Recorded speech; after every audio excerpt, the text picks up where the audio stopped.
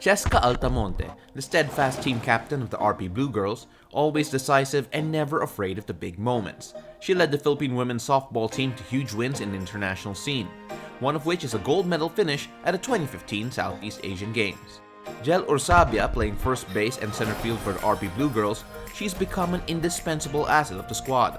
After winning the SEA Games gold in 2015, she stepped up to the plate once again by helping Team Philippines bag the silver medal at the 2017 Asian Championships.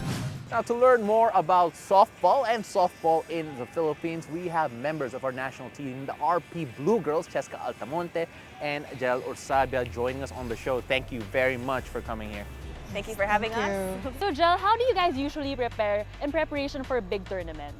So yung preparation namin is all about hard training talaga. So nag-start kami ng 6 a.m. to 9 a.m. is fielding, drills, hitting.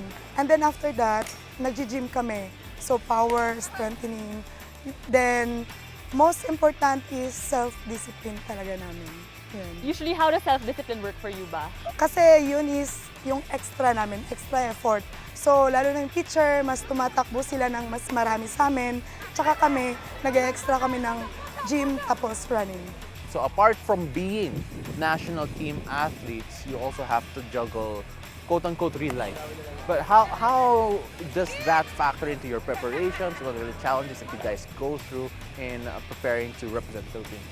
So Jel kind of touched on the self-discipline. So of course, if you have a day job, then it means you really have to do extra because there are times when you can't be with the team while they're doing the program. So for those who have day jobs, you do the 6 to 9 a.m. training with the team. Then we go to the gym either right after, or if training runs longer, that goes past 9, then we have the gym afterwards or after work. Usually along that, like we have to figure out how to fit in the entire program in our day without sacrificing one or the other. So far, what are the challenges that you guys have been encountering as a team? Yung makasama yung film sa team namin. Kasi parang mahirap siya, very aggressive sila gumalaw, kami hindi masyado. So, kailangan namin mag-adjust bawat isa. So, may Pinoy, may Phil-Am, so kailangan namin mag-unite. Yun po yun. To add on to that, like it's really how we only get to train with the Philams a week or two prior a tournament. So that's one of the biggest challenges that we have. Other than that, it's the venue. So we have one field we can train in, Rizal, and if it rains, we're done for the day. The field is unplayable. So then we have to figure out how we can, get better 1% that day without a venue or without a field. So it's either, we have to figure out what we can do in the stands or something like that, yeah.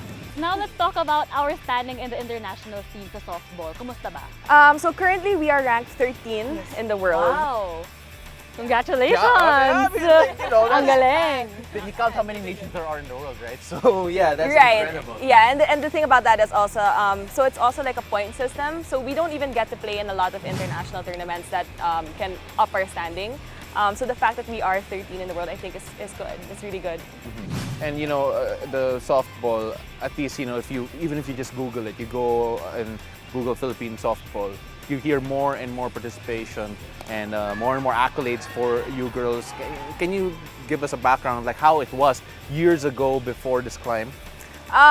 Well, historically, the Blue Girls we were actually #1 in Asia. So there was a time when we were good, like in the 70s, I guess, during the Americans, when they colonized us, right? So that's when we introduced the sport.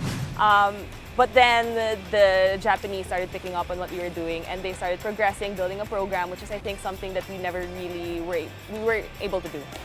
So we got left behind, and up until 2017, we were 4th, 5th in Asia, and then so in 2017, that's when we got silver.